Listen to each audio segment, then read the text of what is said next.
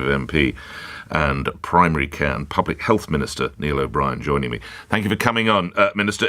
Is this extra additional new funding, or is this money we already heard about? Good morning. No, this is extra funding on top of the money that local authorities already have.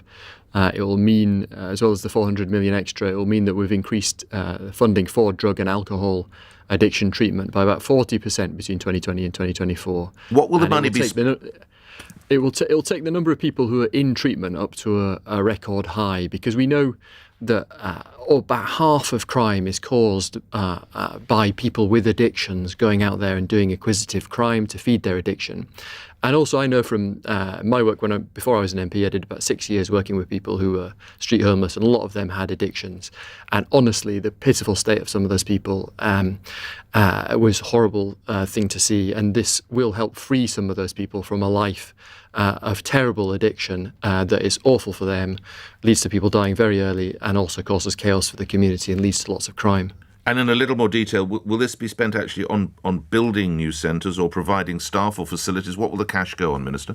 It will go on a mix of things, primarily more staff and investment in the quality of services so that we can get more people out of drug addiction. It also involves, in different places, rolling out new types of treatment. There's a new treatment called Buvidal, which is starting to roll out, where people who have got really serious addictions can come in for an injection once a month that can help them to stay clean, to stay off of drugs, and starting to do things in new ways. So, for example, in some places, it will see the drug workers working 24/7 in custody suites, so that when people are coming in, being arrested, who've got addictions, got drug and drink problems, they can be straight into treatment and referred into those services. So it would be both increasing the total amount of treatment across the country, but also doing some new things to try and crack this problem.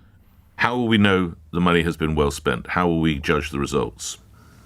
So I think one of the things that I will be using to judge the result of this is whether we can see a reduction in recidivism, in the number of people being rearrested, ending up back in jail, who've come out with addictions, that we see drops in acquisitive crime. Community neighbourhood crime is down about 24% in the last year, but it's still much, much too high. It's a major nuisance, not just in my constituency, but across the whole country. And so one of the main things we want to see coming from this money is a reduction in the number of people getting back into jail because they've continued in a life of acquisitive crime to fund drug and drink addictions. While I've got the benefit of you on the line, perhaps I can put to you another couple of stories or issues. You are a health minister, so how do you react to the story that Dr. Sarah Hughes, who became chief executive of the charity Mind last month, says the country's mental health is probably the worst it has ever been? How do you respond to that? So, firstly, we, through our huge investment in mental health and a dramatic increase in funding that we've made there, are rolling out new services. I've got about 100 new mental health ambulances coming, so people who have really acute mental health problems can get appropriate treatment more quickly.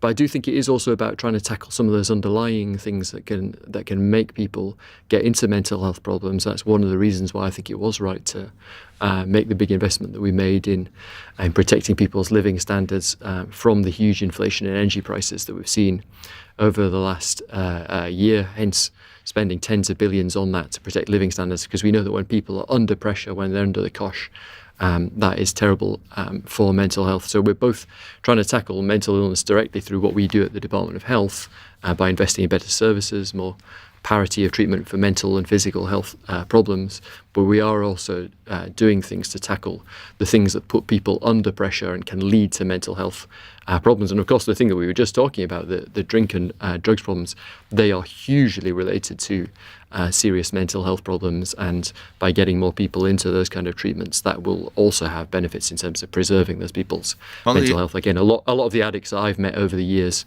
for both drink and drugs, that gives them terrible mental health problems, and by tackling that, and also tackling, by the way, the underlying causes of the drug trade and crime, by having the 20,000 extra police officers, that manifesto commitment that we will hopefully have delivered early by March. I think we will have had those 20,000 extra police in place.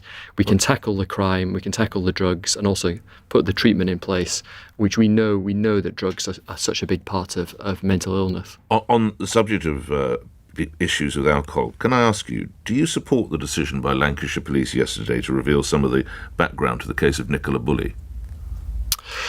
So as we have a live missing persons case going on, and as I've never been a police officer, I'm not involved in this investigation. I think one thing that would not make this very, very difficult situation better is for, at this point, ministers to be sticking their oar in. In due course, I'm sure there will be a look at everything that's happened in this investigation. I'm only asking whether you think it was a good idea to reveal that this woman has alcohol issues.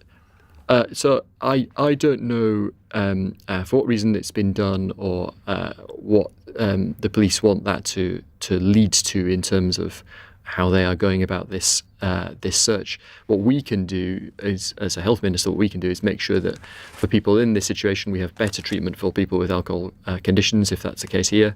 We are also doing things in terms of menopause. We are also making HRT medicines and things like that cheaper as part of our women's health strategy to help those who are going through issues around that as well. So we can tackle, as a government, some of those problems that are raised by this case. But I think I don't want to get into sort of second guessing something that is a live police investigation. Lastly, the former head of MI6, Sir Alex Younger, said we need to wake up to the China threat. You are a well-known sceptic of the country. You were once sanctioned by China, and you co-founded the China Research Group in Parliament. Are we taking any threat seriously enough, in your view, Minister? I think we absolutely do need to take it seriously, and the kind of spying balloons that we've seen over America show you a more expansionist and more concerning China. I am glad that the current government, the current Prime Minister, does take this deadly seriously as an issue. As you say, I am still banned from going anywhere in China. They told me that they'd seized all my assets in China. That's not going to get them very far because I don't actually have any. But no, we absolutely, as a government, we do take this very seriously, and we've changed our posture on this a lot, and I've been very reassured by that. Grateful for your time. Thank you, Minister Neil O'Brien, Primary Care and Public Health Minister, appearing here on LBC. The time 3 minutes before 8. Let's pick up.